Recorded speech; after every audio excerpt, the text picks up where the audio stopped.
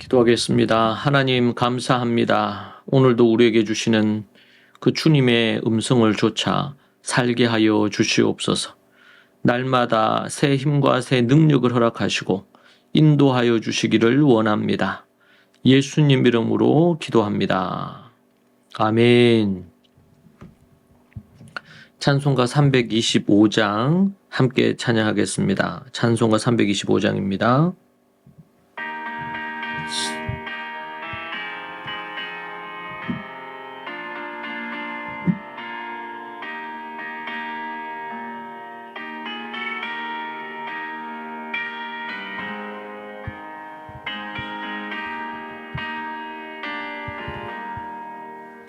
예수가 함께 계시니 시험이 오나 겁없네.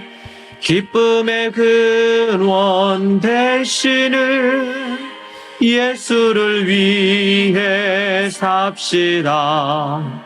날마다 주를 섬기며 언제나 주를 기리고 그 사랑 안에 살면서 딴 길로 가지 맙시다. 이 세상 사는 동안에 주 이름 전파하면서 무한한 복락 주시는 예수를 위해 삽시다. 날마다 주를 섬기며 언제나 주를 기리고 그 사랑 안에 살면서 딴 길로 가지 맙시다.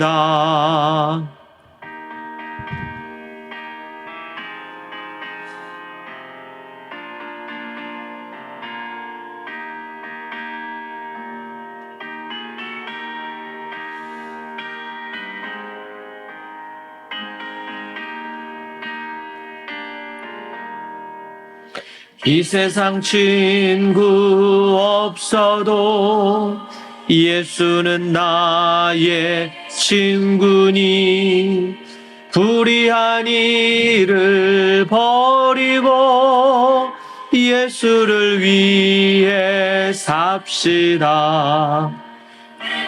주를 섬기며 언제나 주를 기리고 그 사랑 안에 살면서 딴 길로 가지 맙시다.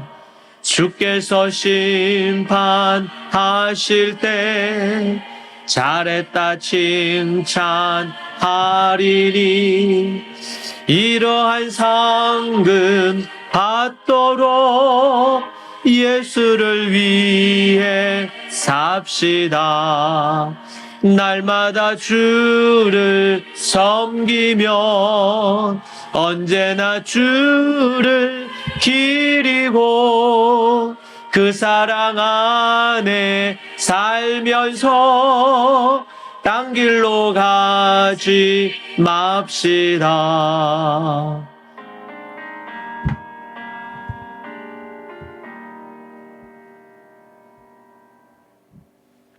아멘.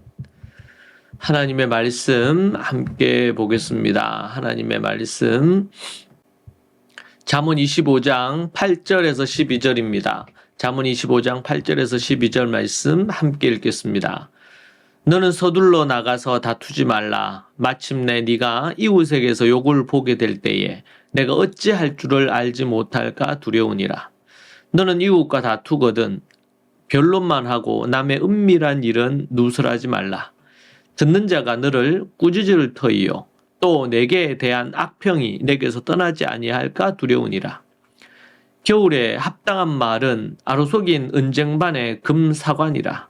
슬기로운 자의 책망은 청종하는 귀의 금고리와 정금 장식이니라. 아멘. 우리 토요일 날 함께 봤던 이 말씀을 우리가 먼저 살피고 오늘 본문을 우리가 한번 보겠습니다. 잠언 25장 2절에서 7절에 있었던 말씀인데요. 지혜자는 하나님에게는 일을 숨기는 것이 영광이지만 왕에게는 일을 밝히 찾아내는 것이 영광이 된다고 2절에서 말하고 있습니다. 이것은 어떤 의미일까요? 왜 하나님께서는 일을 숨기는 것이 왕에게는 일을 밝히 드러내는 것이 영광이 된다고 말씀을 할까요? 하나님의 일의 계획과 실행은 세상 통치는 인간의 지식으로 헤아리기가 매우 어렵습니다. 신비에 속하는 일이라고 할 수가 있죠. 하나님께서 보여주시는 영역만 알 뿐입니다. 인간이 하나님의 계획과 뜻을 다 알 수는 없겠지요. 다 알아야 한다는 것 또한 지나친 인간의 월권이자 교만일 뿐입니다. 우리는 보여주신 계시의 영역 안에서 하나님이 보여주신 것 안에서만 우리는 알고 하나님을 또 경외하며 쫓아갈 뿐입니다. 반면 왕은 나라의 일을 전반에 관한 문제를 부지런히 연구하고 살펴서 백성들을 위해서 그리고 백성들이 알아야 될 부분에 있어서 애매모호하지 않고 정확하게 전달할 필요가 있는 것입니다. 왕이 국사 전반의 일을 잘 처리할 때에 백성들은 왕을 칭송하고 존경하게 될 것입니다. 이는 왕의 영광이 되는 것입니다. 이런 맥락에서 왕은 하늘의 높음이나 깊음과 같은 백성들이 헤아리기 어려운 부분까지 해안을 갖고 노력할 필요가 있습니다. 하나님을 경외하며 백성을 사랑하는 왕에게 주신 하나님의 귀한 선물인 지혜입니다. 솔로몬은 하나님의 백성을 위해 이러한 해안인 지혜를 구한 인물로 우리가 볼 수 있겠습니다. 지혜자는 왕위의 견고한 방도를 알려줍니다. 어떻게 해야지 왕이 견고하게 서고 올바른 삶을 살 수 있는가? 그리고 그의 왕권이 견고할 수 있는가? 그것은 은에서 더러운 불순물을 제거하듯이 왕 주변에서 왕에게 아첨 뜨는 사악한 간신배들을 제거하는 것이 필요하다고 4절에서 5절에서 언급합니다. 그렇게 한다면 왕위가 의로워지고 견고하게 설 것입니다. 신하들은 왕 앞에서 교만한 마음으로 스스로 높이려 하지 말고 겸손한 마음으로 스스로를 낮춰야 하는 것입니다. 예수님께서도 어느 잔치집에서 제자들을 교훈하기 위해 동일한 이야기를 하셨던 것을 볼 수가 있습니다.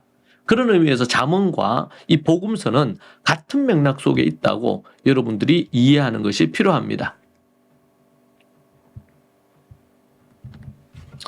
은에서 찌꺼기를 제하라. 그리하면 장색에 쓸만한 그릇이 나올 것이요. 왕 앞에서 악한 자를 제하라. 그리하면 그의 왕위가 의로 말미암아 견고히 서리라. 왕 앞에서 스스로 높은 채 하지 말며 죄인들의 자리에 서지 말라. 이는 사람이 내게 이르고 올라오라고 말하는 것이 내 눈에 보이는 귀인 앞에서 저리로 내려가라고 말하는 것보다 나음이니라. 아멘. 우리에게 매우 귀한 그런 지혜를 주고 있습니다. 또 지혜자는 법정 소송에 관한 지혜를 우리에게 말해줍니다. 만일 이웃과 문제가 생길 경우 성급하게 법정 소송으로 끌고 가지 말고 먼저 당사자와 직접 대화로 문제를 풀라고 말하는 것입니다. 그러지 않고 성급하게 법정으로 끌고 갔다가 소송에서 패하게 되면 그에 따른 손해와 모욕감을 감당하기 어렵기 때문입니다. 이와 관련하여 지혜자는 자신이 옳음을 인정받으려고 남에게 상대방이나 상대방의 단점이나 치부를 알고 있던 비밀을 함부로 누설해서는 안 된다고 구절에서 말합니다. 이것은 매우 비열하고 치졸한 행위로서 다른 이들에게 전달되어 결국에는 부메랑처럼 돌아서 자신에게 안 좋은 비난과 평판이 돌아올 것입니다. 최선의 선택은 문제를 법정으로 끌고 가기 전에 최대한 인내심을 갖고 허심탄회하게 직접 대화로 그것을 풀고 잘 해결해 가는 것이 필요합니다. 지혜자는 말에 관해 언급합니다. 말에 관한 훈계는 잠언에서 거듭 강조되고 있는 주제입니다. 여기에서는 상황에 맞는 적절한 말과 지혜로운 자의 책망에 관해서 우리에게 말해주고 있습니다. 먼저 상황에 맞는 적절한 말은 은쟁반에 담긴 금사과에 비유되고 있습니다. 보기에도 아름답고 좋을 뿐 아니라 뛰어난 가치가 있다는 의미로 쓰고 있는 표현입니다. 다음은 지혜로운 자의 책망은 그 책망을 경청하는 자에게는 금귀고리와 순금 장식과 같다. 그렇게 얘기를 하고 있습니다. 이것은 사람을 돋보이게 할 뿐 아니라 품격 있게 만들어줍니다. 지혜로운 자의 책망을 듣고 그 책망을 경청해서 순종하고 반응하는 자는 품격 있는 그런 모습이 된다는 거예요. 책망을 듣고 순종하는 자가 지혜롭고 품격 있는 가치로운 사람으로 드러나는 것이죠. 스스로 아름다운 사람입니다. 한마디로 아름다운 모습을 갖춘 품격 있는 사람이다. 그렇게 볼 수 있습니다. 성급함이 낭패를 만들고 신의 없이 내뱉는 비밀을 까발리고 함부로 말을 하는 이런 어떤 부분으로 결국에는 자신을 올무에 가둘 수 있습니다. 때에 맞는 말이 그 사람을 높여주며 지혜로운 책망에 들을 귀를 가진 자는 사람들에게 인정받고 존경을 받습니다. 인생을 살아감에 있어 매우 중요한 것들입니다. 믿음이 인도라 하면서 이러한 인격을 갖추지 못한다면 주께 영광을 돌릴 수 없습니다. 세상에 소금이 되고 빛이 되어야 되는데 그러지 못할 때에 밟히는 소금이 될 수밖에 없고 어둠에 거할 수밖에 없는 것입니다. 이런 것을 훈련하고 성숙해져 가야 됩니다. 사람이 사는 이유는 성장하고 성숙하기 위함이라는 사실을 꼭 기억하십시오.